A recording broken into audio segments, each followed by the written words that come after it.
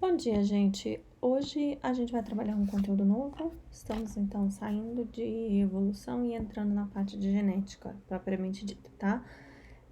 Esse conteúdo vai ser abordado nessa videoaula. Vocês vão ter acesso aos slides, vocês vão ter acesso a um resumo e eu vou disponibilizar exercícios para vocês e assim que a gente retomar as aulas presenciais também a gente vai retomar esse conteúdo, tá? Para falar de genética, a gente vai começar falando de hereditariedade. Então, o que é hereditariedade? É aquela capacidade de passar a informação de uma geração para outra. Então, quando eu tenho um filho, meu filho vai ser parecido comigo, parecido com o pai, porque eu passei uma informação que eu tenho para a próxima geração. Para que isso aconteça, eu preciso que um processo muito importante aconteça, que é a gametogênese. E a gametogênese, ela passa por um processo chamado meiose. E a meiose, ela vai ditar várias das consequências, né, que a gente observa quando a gente olha para a genética. O que acontece durante a meiose? Então, você tem aqui, nos ovários, nos testículos, é realizada a meiose para produzir óvulos e espermatozoides. Esses óvulos e espermatozoides vão se recombinar, produzir um zigoto, que vai se desenvolver no adulto. Isso, a recombinação genética que ocorre durante a meiose, permite que a gente observe coisas como essa família aqui. Você tem a mãe, o pai e os 3 filhos, e os 3 filhos são diferentes entre si. Lembrando, lá do primeiro ano, do segundo ano de vocês têm também no meu canal no YouTube, tem um vídeo que eu traduzi sobre meiose, que eu recomendo muito que vocês assistam, tá? Eu vou deixar o link na descrição. A meiose, o que vai acontecer dentro da meiose? Então, você tem uma série de etapas para pegar todo esse material genético que a célula tem. Ela é uma célula 2N e ela vai dividir esse material em 4 células. Ela vai primeiro multiplicar, né? Duplicar o DNA e depois dividir esse DNA duplicado em 4 células.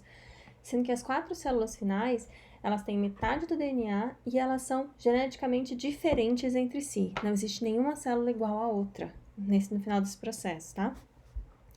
Você vai ter a prófase, em que ocorre um processo chamado crossing over, que é extremamente importante para você ter essa variabilidade no final. No crossing over existem trocas de segmentos de dos cromossomos. Então, você pensa aqui em azul, o cromossomo que veio do pai, e em vermelho, o cromossomo que veio da mãe. Ocorre uma troca de material genético entre esses dois cromossomos dentro dos seus homólogos. Então, o cromossomo 1 troca material genético com o cromossomo 1, o 2 com o cromossomo 2, o 3 com o 3, e por aí vai até chegar no 23, que no nosso caso é o cromossomo sexual. E aí você tem uma pequena parte do X que consegue trocar material com Y, mas é uma parte bem pequenininha que é homólogo, o resto não é mais homólogo.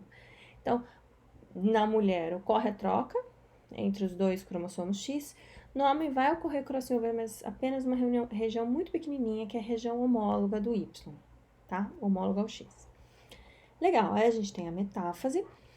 Na primeira metáfase vão ser separados quem? Os cromossomos homólogos, cada um para um lado. E aqui acontece uma outra coisa importante. Esse alinhamento, ele é aleatório. Então, eu nunca sei se eu vou ter o vermelho para cima aqui, o vermelho para cima, o vermelho para cima, ou vermelho, azul e vermelho, ou azul, vermelho e azul, tanto faz, tá? O que vai para um lado ou para o outro é aleatório e independente. Cada cromossomo vai se segregar de forma independente, tá?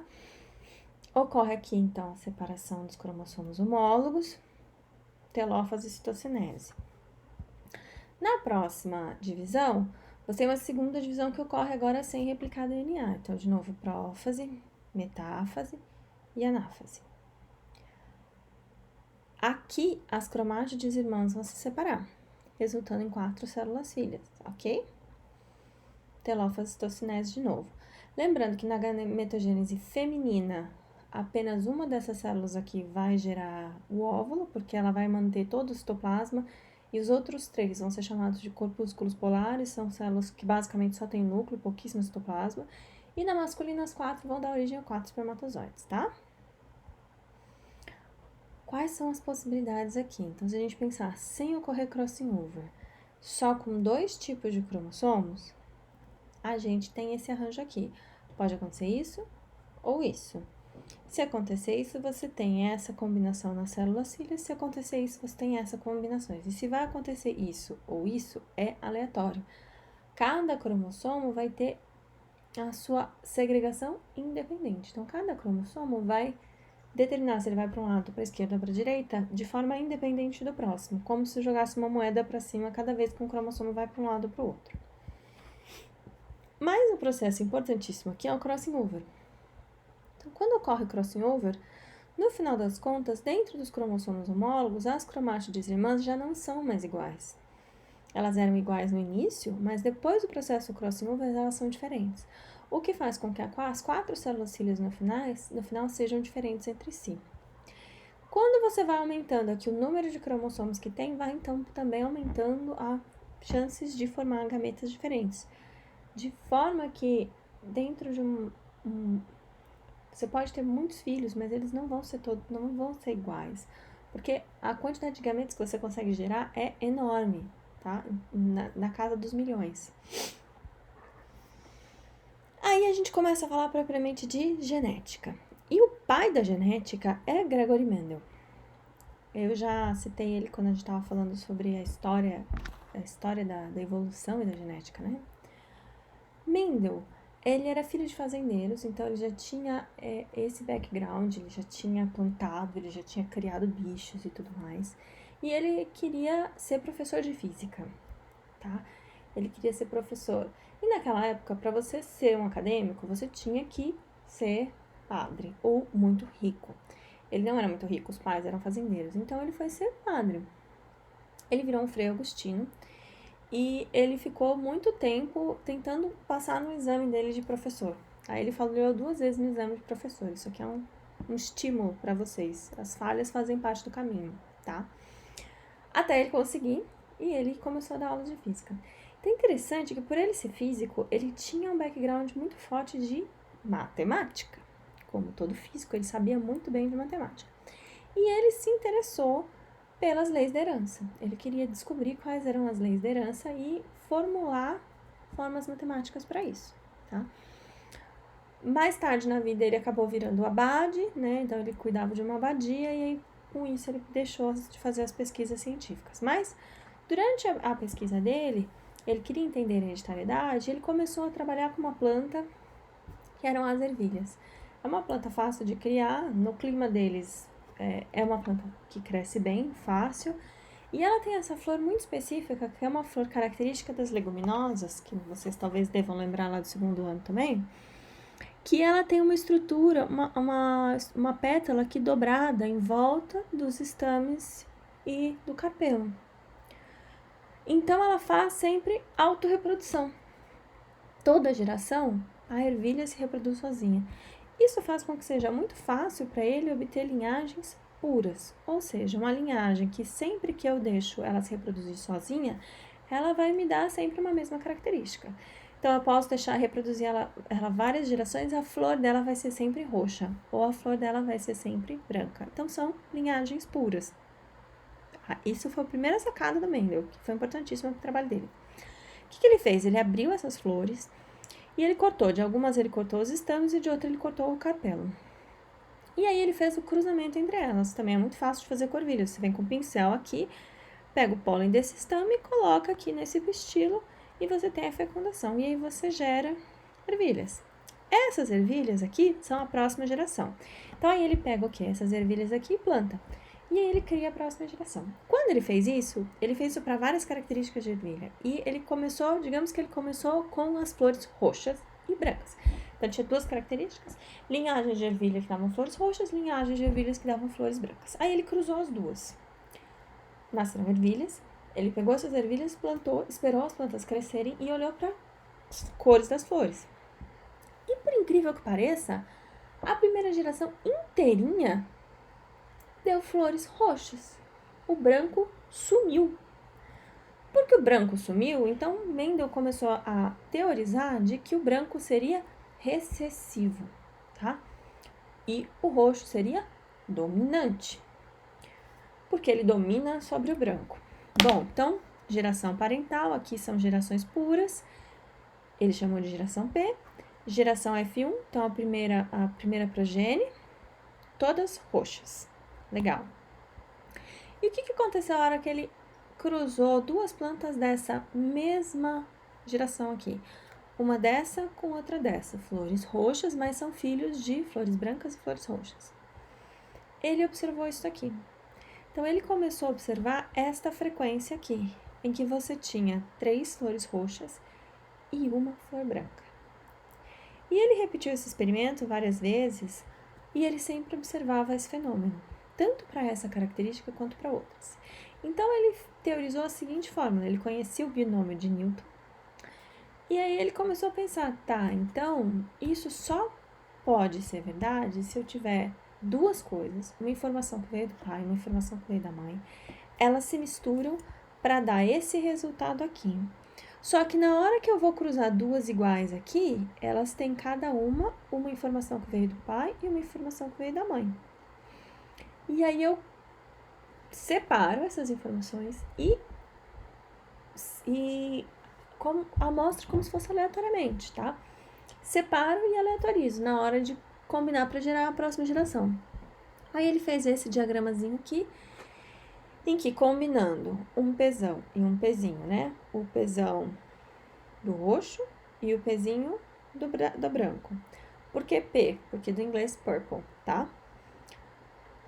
O maiúsculo é o que ele usou para determinar a característica que é dominante e o minúsculo para determinar a característica que é recessiva. Então, aqui eu tenho a mãe, ela tem um pezão que veio do pai e um pezinho que veio da mãe. Aqui eu tenho o pai. Ele tem um pezão que veio do pai dele e um pezinho que vem da mãe dele. Quando eu misturo, quais são as combinações possíveis de gametas, tá? De pólen e óvulos. Pezão com pezão, pezão com pezinho, pezão com pezinho, pezinho com pezinho. Nessa proporção de 3:1. Sendo que toda vez que eu tenho pelo menos um pezão, a cor é roxa. E quando eu não tenho nenhum pezão, só pezinho, a cor é branca. Então, a ausência de cor. De certa forma, então isso faz com que a gente tenha uma divisão de 1 para 2 para 1 na segunda geração.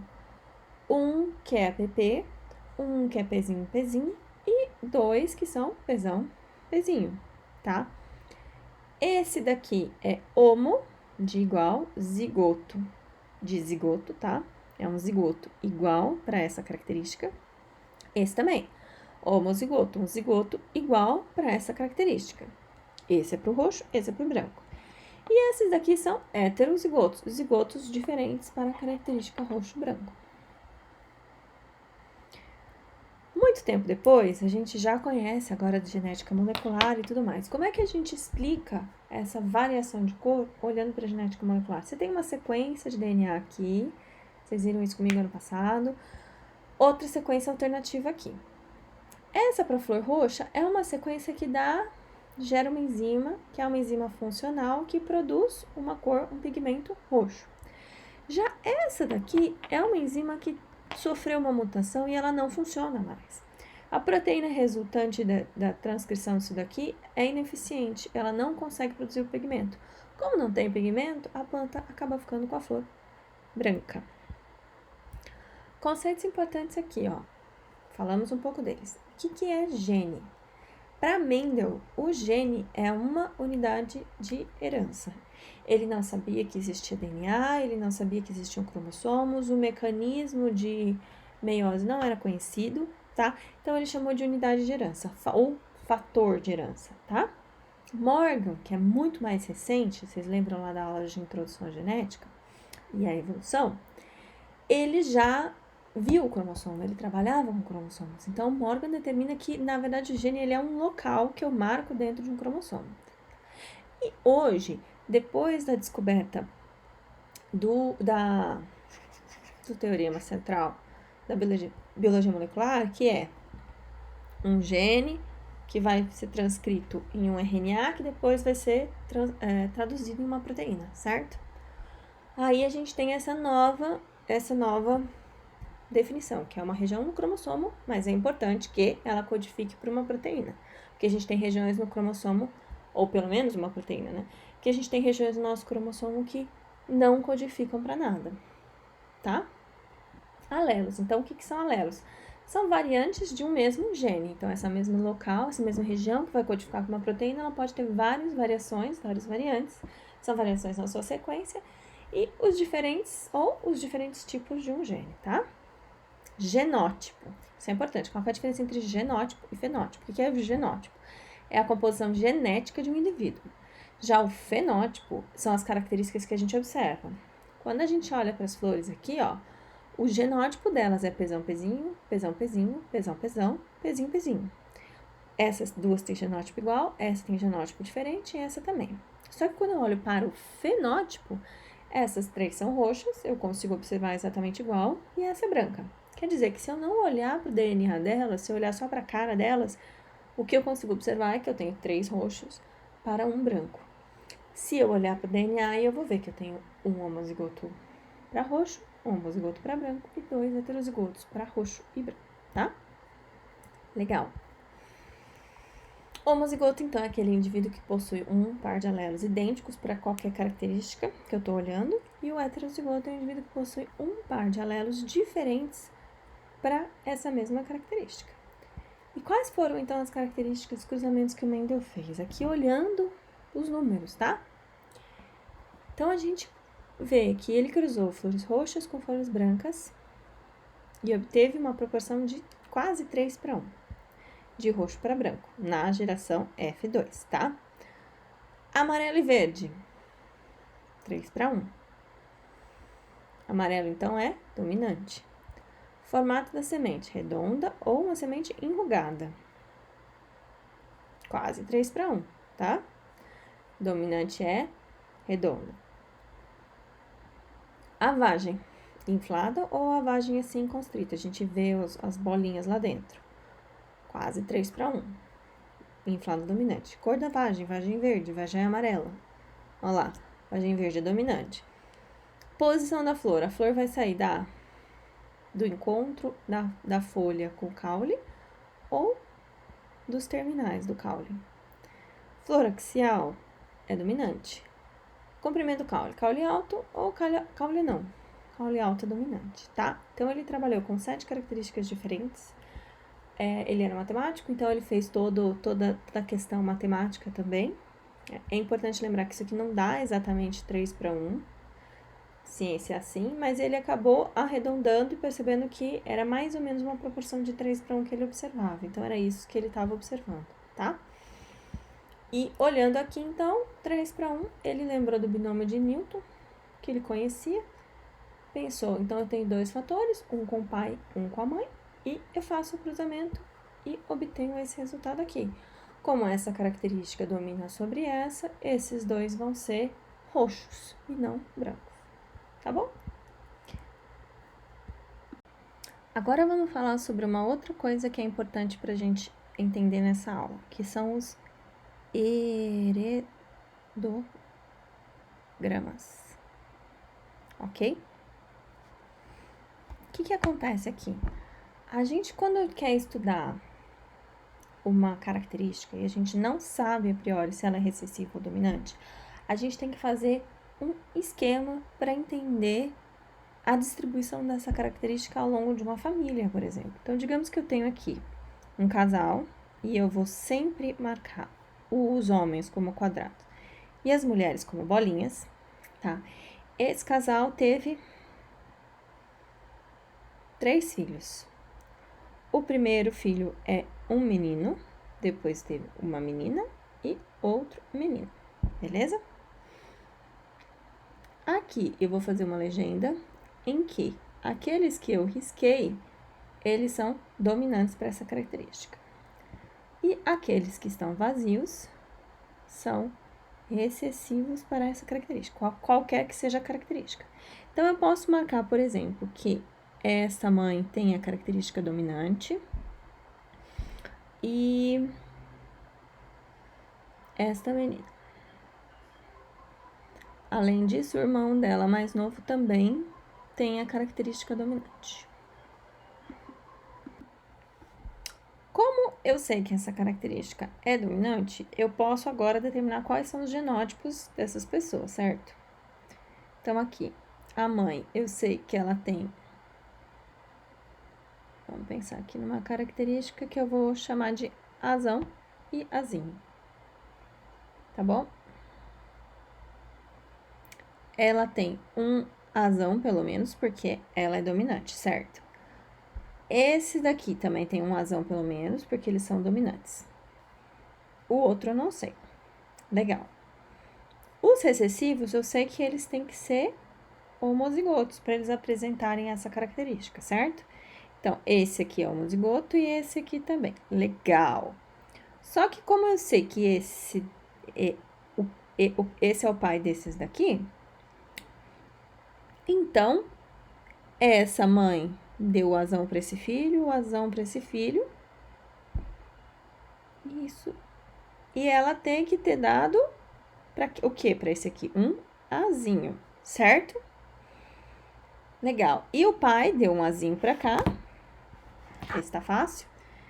E para cá, o que que ele deu? Ele tem que ter dado um azinho, ele não tem mais nada para dar. Ele só pode dar um azinho. Então, eu sei que esses daqui, a irmã e o irmão mais novo, são dominantes, mas eles são heterozigotos. Enquanto que esse aqui, ele é recessivo, e se ele é recessivo, então a mãe também é heterozigoto. Eu consigo, a partir desse esquema, entender toda a genética da família. Vamos agora pensar num outro exemplo. Então, um exemplo em que eu não sei. Eu sei qual que é a minha característica de interesse. Eu sei qual que é a minha característica de interesse. A minha característica de interesse eu vou marcar com os quadradinhos pintados. Nesse caso, é olho azul, certo? E os quadradinhos abertos vai ter o olho castanho. Legal. Como é que é a minha família? Então, eu tenho o pai e a mãe têm olhos castanhos. Dos filhos, eu tenho o mais velho é um menino, olho castanho. Outro menino de olhos azuis e uma menina de olhos castanhos.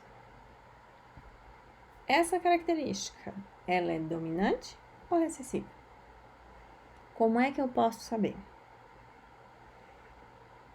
Se ela for dominante, então, quem foi que deu o gene dominante para esse aqui? Nem esse tem, nem esse tem. Então, ela não pode ser dominante, certo? Legal. E se ela for recessiva? Dá certo? Será? Se ela for uma característica recessiva, então esse aqui vai ser azinho, azinho. Ela, portanto, recebeu um da mãe e um do pai, certo? Já esse daqui, ele é dominante, pelo menos um azão ele tem, esse aqui também, aqui também, e aqui também. E pronto, deu certo. Agora, esses caras aqui, eu nunca vou saber se eles são heterozigotos ou homozigotos. A não ser que eles tenham outros filhos, e aí, por aí, pelos filhos, às vezes eu consigo saber, tá? Então, quando eu tenho, isso é uma regra que vocês têm que lembrar na hora de fazer exercícios, pais iguais e filho diferente, então quer dizer que o diferente é o recessivo, tá? Outra característica, outra coisa interessante é que quando a característica ela é dominante, ela nunca consegue pular uma geração, como aconteceu aqui. Então, se eu for fazer o mesmo desenho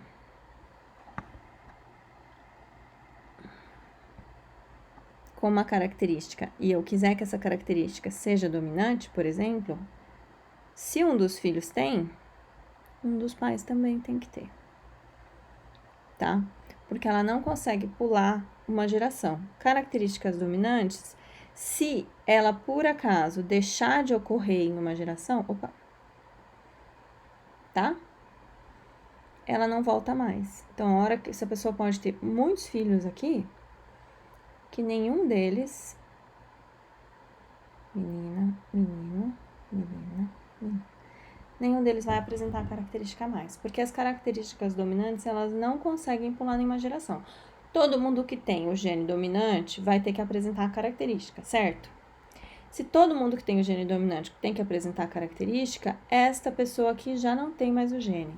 Se ela já não tem mais o gene, ela não consegue passar o que ela tem, o que ela não tem. Então, as características dominantes, elas têm que estar presentes em todas as gerações. Se ela não está presente em todas as gerações, ela provavelmente, e ela aparece de novo aqui, ela provavelmente é uma característica recessiva. Então, as características recessivas conseguem pular gerações. Então, ela não estava nos pais, né, nesse casal aqui, mas ela voltou a aparecer aqui, tá? Isso quando a gente está falando de uma herança nos cromossomos autossomos, tá? Não, nos cromossomos sexuais, tá? Então, uma herança autossômica simples, ok? Bom, com isso, vocês conseguem fazer alguns exercícios que eu vou passar para vocês. Eu vou passar os exercícios para vocês via Google Forms, como eu fiz semana passada. E vocês vão precisar de um papel e caneta ou lápis do lado para vocês fazerem os exercícios e depois só passar as respostas para o Google Form, ok? Qualquer dúvida que vocês tenham, vocês conversam comigo via Swap, eu vou abrir um fórum lá para vocês tirarem as dúvidas de qualquer um dos exercícios, ou por e-mail, e eu passo para vocês a resolução dos exercícios que vocês tenham dúvidas via pequenos vídeos no YouTube, então, tá bom? Até a próxima!